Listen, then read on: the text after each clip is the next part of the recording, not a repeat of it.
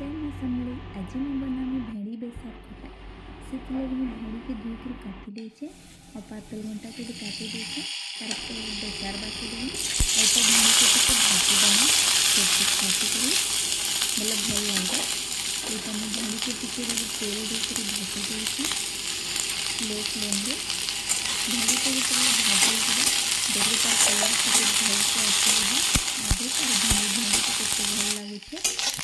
ये हो गलानी तारपर ये काढ़ीदेमी तारपर पातल घंटा को सेकीदेमी